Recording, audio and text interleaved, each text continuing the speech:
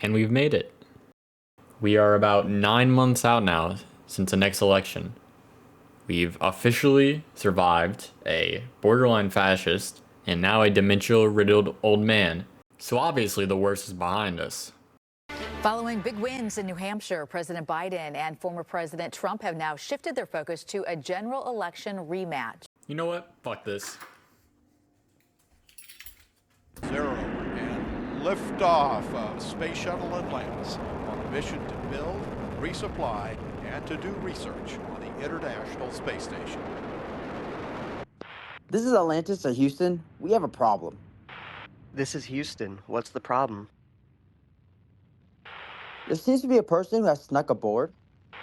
I'm sorry, can you repeat that? It sounds like you said someone snuck aboard.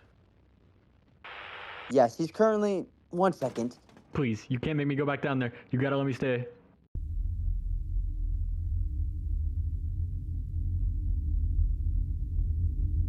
So, what do you guys do for fun? Nothing much. Do you want a cookie? Oh, I thank you. Maybe this won't be so bad. How's your day going, Todd? We got our mail-in ballots today. That's pretty nice. I would've got mine, but I wasn't meant to be here. Time to get that old man out of office. Are you telling me you're gonna vote for that fascist? Did you just call the Trump a fascist? Fuck! You don't actually think he's a fascist, right? Fuck it. So today I'm trying to answer, is Trump a fascist? But before we can answer that, we have to ask, what exactly is fascism? Fascism is usually considered as a far-right authoritarian ultra-nationalist political ideology, characterized by a dictatorial leader, centralized autocracy, militarism, forcible suppression of the opposition, belief in a natural social hierarchy, and subordination of an individual interest for the perceived. At least that's what Wikipedia says. So let's make some requirements that we need to meet. Far right is a requirement that I feel easy to meet at a surface level, but depending on where you sit politically will determine if you see someone as far right. So the main standards I should attempt to meet are the most common authoritarian qualities that we see with a fascist. Ultranationalism, wants to be a dictatorial leader, attempts to instill a centralized autocracy, militarism, and forcible suppression of the opposition. I feel like these are the strongest qualities that we see repeated with fascists. The first quality I want to try to meet is that Donald Trump has a rejection towards democracy.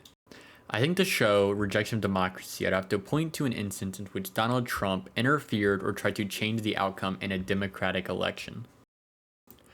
I feel like I can best point to January 6th.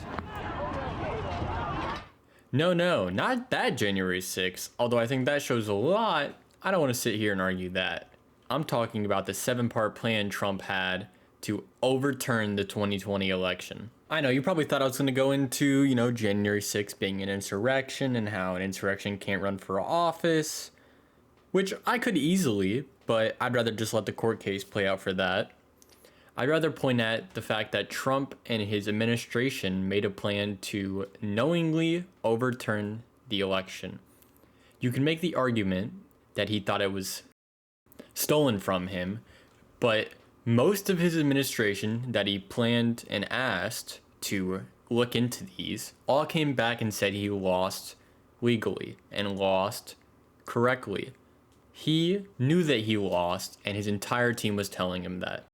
Let's sidetrack a little. Even if you fully believe that Trump purposely thought that it was stolen from him, if everyone you have investigating is telling you that you lost purposely and correctly and everything was done in the correct manner that it was meant to be, if you go through your own actions to try to overthrow that or change that, that's vigilantism, which is illegal. So before you use the argument of, oh, Trump is negligent or, oh, Trump genuinely thinks he lost, if I think someone murdered someone and I go to the cops and they don't find evidence of that, I'm not allowed to take out my own justice on that person. Obviously, that's more extreme because it's murder, but the point still stands of if there's no evidence found, you don't get to enact the rightful way that you think it should be handled because you're not the party that should do that. If he actually believed he was defrauded and actually won the election, he could have fought so in the correct manner. Al Gore has done this before, and Al Gore isn't facing an indictment. But then, whenever the research was done and the investigation concluded, Al Gore admitted he lost. Good evening. Just moments ago, I spoke with George W. Bush and congratulated him on becoming the 43rd President of the United States. And I promised him that I wouldn't call him back this time. I offered to meet with him as soon as possible so that we can start to heal the divisions of the campaign and the contest through which we've just passed. Almost a century and a half ago, Senator Stephen Douglas told Abraham Lincoln, who had just defeated him for the presidency, "Partisan feeling must yield to patriotism." Trump did not go the legal route and instead made a plan to beat fraud with more fraud, which I think describes Trump to a T. Even before January 6th, he showed his plans to try to interfere with the election as he pressured top Department of Justice officials, telling them just say the election was corrupt and leave the rest to me and the Republican Congress. He also asked the Georgia Secretary of State, Brad Raffensperger, to find 11,780 votes, just enough for Trump to win the state. I just want to find 11,780 votes, which is one more than we have. So what did Trump do after that? Trump planned to remove and replace the Attorney General and the Justice Department officials in an effort to force the DOJ to support false allegations of his election fraud. False being that he asked people in his administration to investigate. All of them came back and said there was no wrongdoing. Then Trump pressured Vice President Pence to refuse certified electoral votes in the official count on January 6th in violation of the US Constitution. Then Trump instructed his legal team to produce and send fake electoral slates to Congress and the National Archives. So you're telling us we can't enter? Yes. Okay, would you say that on the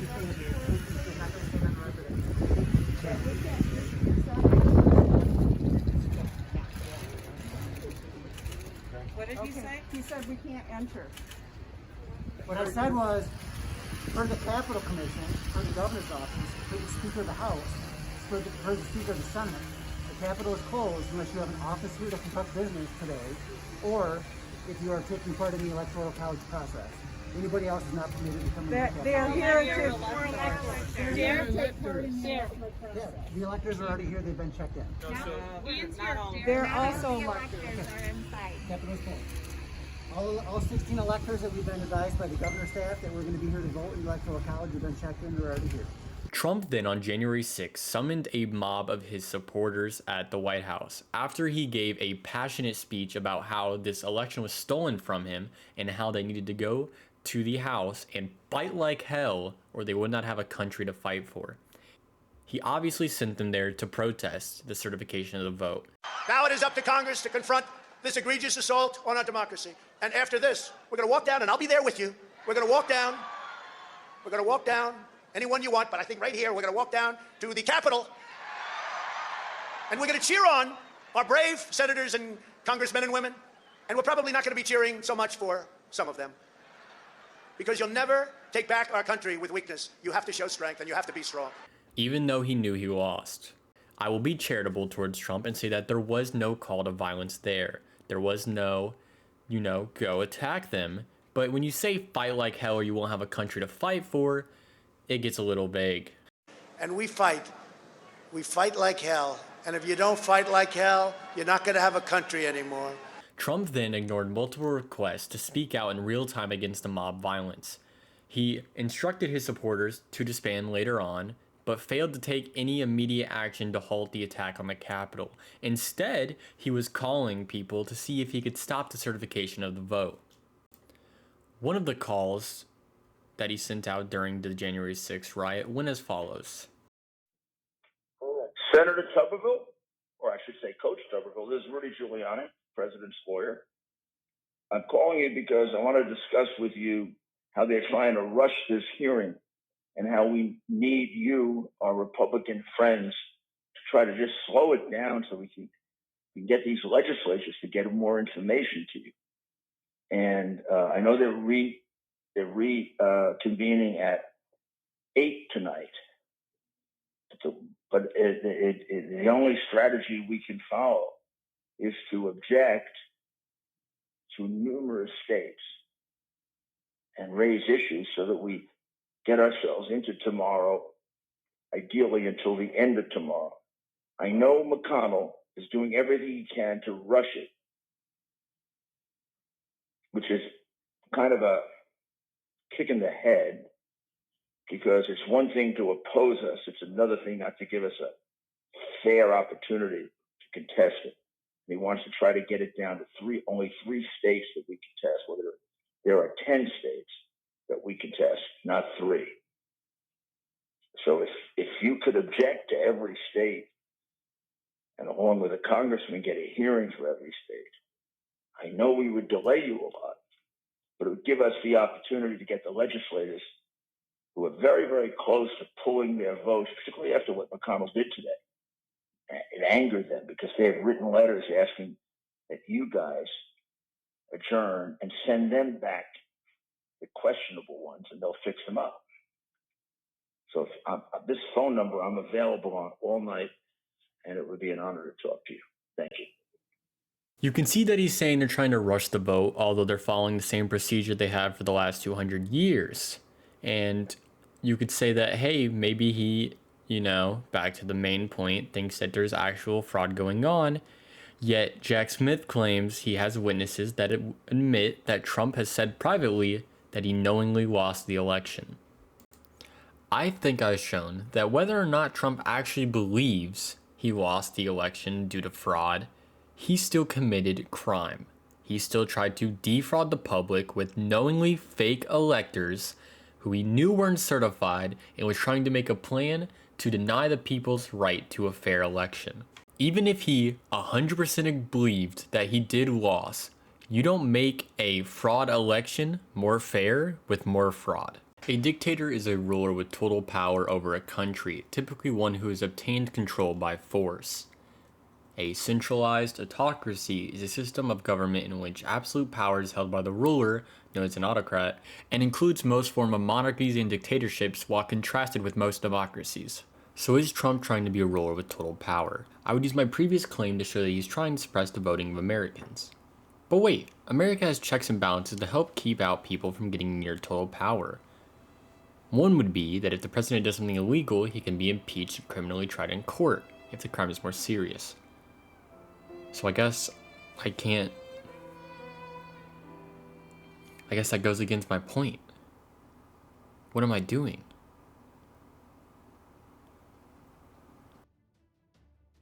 Only if Trump hasn't been trying to claim that the president has actually the exact opposite, that Trump has been trying to claim that the president should be immune to the charges while in office, which would go directly to give the president a centralized hold of the power of America, proving that he could commit any crime he wants to if he really wanted to. But maybe he does. Maybe the president can commit any crime they want to commit, America bad, Except for the court that he brought this up to has said that they don't, and they affirmed the decision of him not having any immunity based off of that claim that he made. But most likely Trump will delay this by appealing it to the Supreme Court. Why? Because if they can delay it until after the election, Trump could theoretically pardon himself or even appoint a new attorney general that would dismiss all the charges. Which is by definition him escaping the legal process that we have to keep people from holding on to all the power, and would basically make him immune. Forcible suppression of the opposition.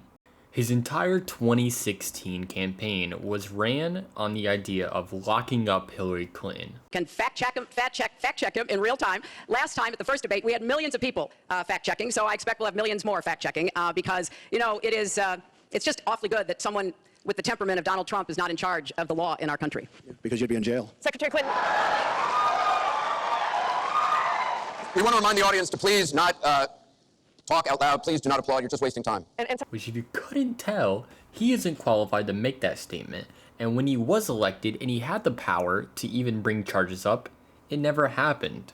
When asked in an interview, do you regret not locking Clinton up? And if you're president again, will you lock people up? Trump answered, the answer is you have no choice. Do you regret not locking her up? And if you're president again, will you lock people up? Well, I'll give you an example. The answer is you have no choice because they're doing it to us. Because they're doing it to us. In his interview on Blaze TV, Trump also stated that he never hit Biden as hard as he could have while in office. One of Trump's impeachment concerns was his attempt to find dirt on rivals, including Biden.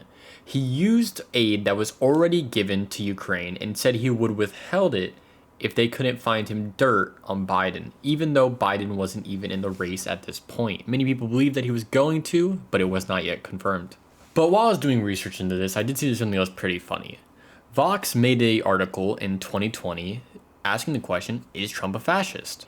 In it there stated, but things could always get worse. There really are leaders who suspend elections, dissolve legislators, throw large number of citizens into camp without trial or appeal, who turn nations into one-party states oriented in a cult of national rebirth. The fascist leaders of the past, the University of Texas's Jason Brownlee notes, not only pursued right-wing policies, they also built up mass mobilizing parties and paramilitary organizations with the goal of sweeping aside alternative movements and establishing a single-party dictatorship. I just really want to point out the sentence of, hey, he's not a bad person. There really are leaders who try to suspend elections. And not even about 5 months later does he try to do the very thing they point at to say he's not a dictator. I did leave some things out. I left out militarism,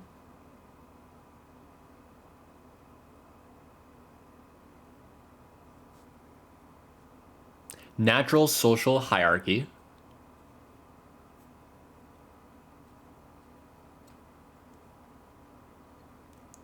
ultra-nationalist,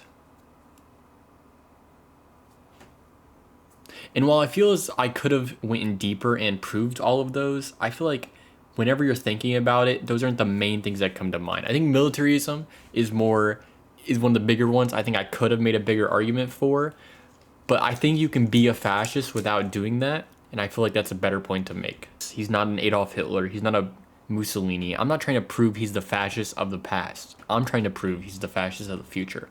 But I'm not trying to make your mind up for you. If you want to vote for Trump because you'd rather have them than the dementia-riddled old man, I would heavily disagree, but it's your opinion. You have your own personal experiences that lead you to have different values than me and different ideas. So obviously we're not going to have the same conclusions. I'm just trying to show that when it comes to fascist qualities, Trump fits most of them. But hey, if you want to vote for a fascist, vote for a fascist. At least be honest, okay? There are people in America right now supporting literal terrorism, okay? There's, Hamas and what's going on in Israel. But at least be honest on your views. It helps keep dialogue in better faith. Fuck this, I'm going to Canada.